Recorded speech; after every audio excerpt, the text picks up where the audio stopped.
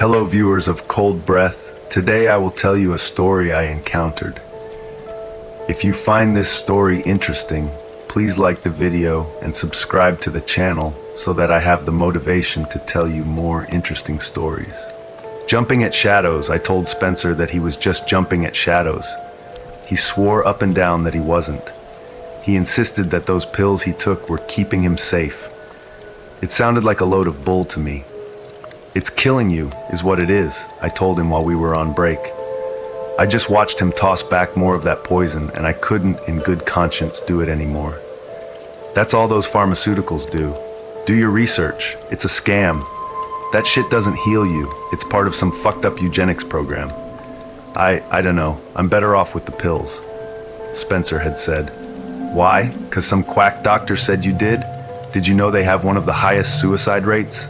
You want to know why that is? Because they can't really stomach what it is they do to people. They're sick people, Spence. Sick fucking people. Actually, it's more naturopathic, herbal. He sounded like he was making excuses. That's worse, I said. Look, our bodies are made to heal without that stuff. That's the real natural healing. Any medical process you can get that's not natural. It doesn't help you. Not really. Be honest with me. What exactly is that stuff treating? Anxiety? Depression? Some other fake shit in your brain? No, not exactly, Spencer murmured. Look, we should really get back to work, Tony. In a minute, I want to know what you're taking them for. Spencer hesitated for a moment. I knew he didn't like being put on the spot, but this was literally for the good of his health. When I'm off the pills, I see things, he admitted. Shapes, people who aren't there. Stuff like that. Doctor said it was a seizure or something. Judging by his tone, he knew it wasn't. Uh-huh. And what happens when you aren't on the pills, son? You see things? He nodded. Yeah. You ever consider that it's the withdrawal that makes you see things? I was seeing them before the pills, though. People experience all kinds of weird symptoms. It's 'cause of that shit they put in the water. It does things to people, and then Big Pharma just prescribes shit to keep the symptoms going. It's a psyop, trust me. He didn't look convinced, but I knew I could sway him. Tell you what, just try it. Yeah, take a few days. Go without the pills. I guarantee you're gonna be feeling better. You hear me? Guaranteed? I don't think that's smart, Spencer murmured, but I cut him off. Spence, have I ever steered you wrong? He knew I hadn't. In the year and a half that we'd been working together, he'd very quickly learned that I was always right. The bell sounded. Break time was over. We had a truck to unload. I noticed the next day during our break that Spencer didn't take his pills, didn't even bring them to take them. Taking my advice, huh? I asked as I took a sip of water. Trying it, he said. It would be nice if I didn't have to take them. They do mess with my head a little, make it harder to think clearly. See, now you're getting it, I said, and clapped him on the shoulder. Attaboy, he nodded shyly, offering me a meek little smile. Yeah, well, I guess that naturopathic doctor was a little weird. She had sort of new age vibe to her. I scoffed. Course she did. Let me tell you something, Spence. There's some real fucking freaks out there. The smartest thing you can do is not to trust them. Me? There's one man I trust and one alone, and that's Jesus Christ. Greatest American who ever lived. Jesus Christ wasn't an American? Spencer tried to say, but I cut him off. You gotta get in with the right crowd of people, Spence. Trust me, the right people are gonna save you in every way you can be saved. He didn't answer, but I'll bet he knew I was right. I was always right. Spencer was a good kid, and I'd taken a liking to him ever since he'd started working with us about a month ago. He lived with his mom. His dad had passed when he was a kid, and he wasn't great with social interaction, but he was a good kid. He had goals. He wanted to make something of his life. He wanted to save up money to go to college. It was kind of a waste if you asked me. Nobody I know ever actually got a real job from a college degree, but I was sure I could probably talk some sense into him given enough time.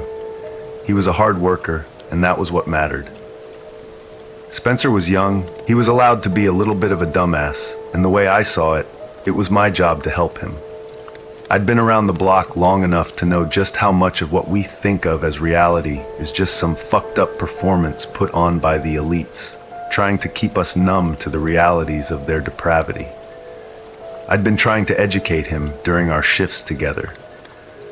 Most folks didn't want to take the blinders off, but Spencer was a smart kid. He knew how to listen.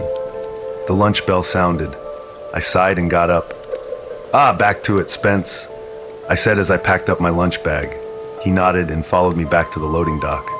We'd had another truck come in over lunch, and that was going to take over our entire afternoon. As we worked, I ended up doing most of the talking, along with the bulk of the heavier lifting. Spencer was a hard worker, but he was a scrawny little thing who hadn't yet built up the muscle he was going to need for this job. He was good at packing and wrapping the skids though, so he pulled his own weight. Well, usually pulled his own weight. I didn't notice it at first because I was so busy talking and going back and forth from the truck, but Spence seemed a little distracted. As I brought back another box, I noticed him standing by a nearby full skid, staring off into some vacant corner of the warehouse. "You all good, buddy?" I asked, and he jumped a little bit when I spoke. "Oh, yeah, I'm good. Sorry, I didn't take last night's dosage or this morning's dosage either, so I'm starting to get a little out of it." I gave him a nod. "Ah, withdrawal, huh? You need a water break?" "No, I'm good to keep going," he insisted, trying not to glance at the empty corner of the warehouse he'd been staring in. I set the box I was carrying on the skid and let him wrap it while I went and grabbed a new pallet. As I did, I caught myself glancing over into the corner he'd been staring in. It was empty. I don't know what I expected to see there, although, nah, there wasn't any movement there. The other loading team had no reason to be over there, so whatever I'd thought I'd seen peeking out from behind one of those skids was obviously just my imagination playing tricks on me. Maybe I needed to change the filter on my water purifier back home. That was probably it. I shrugged the whole thing off and got back to work. Spencer seemed to be doing the same, although he still seemed a bit on edge. When Spencer came in the next day, the poor bastard looked rough. There were dark circles under his eyes, and his short brown hair looked a little more unkempt than usual. "Withdrawal kicking your ass, huh?" I'd asked him as we opened up our first truck of the day. "Just couldn't sleep," he murmured. Kept seeing things last night. It got so bad that I almost went and got the pills, but you're fighting through it, huh?" He gave a half nod. "I mean, whatever I'm seeing can't be real, right? It's just, I don't know, some sort of visual hallucination. And I feel fine. Better than I usually do. Clearer head, it's just, every time I look up, there's something standing at the edge of my bed." I gave a sympathetic nod. "Man, they've really got you fried on something, huh?" I asked. "Yeah, haven't told my parents I've cut the medication yet. They just give me shit for it, but I don't want to be on those pills for my entire life." "Damn right, 'cause you know that shit ain't good for you." He nodded back at me, but didn't seem to reply. I caught him staring at that same corner again. "You seeing shit right now, Spence?" I asked. "Yeah, it's fine. I know it's not real. It's just hard to ignore it." "It's all right. Detoxifying is an intense fucking process. When'd you start seeing these things anyway?" As we talked, I tried to direct his attention back to the job at hand. "About a year ago," he said. "Took a bad fall during a hiking trip. I was lost for, I don't know, a night or so. I started seeing those things while I was alone in the woods. Eventually I managed to get out, but I just kept seeing them. Things got rough. We started to pack our first skid." "No kidding, huh? You hit your head or something?"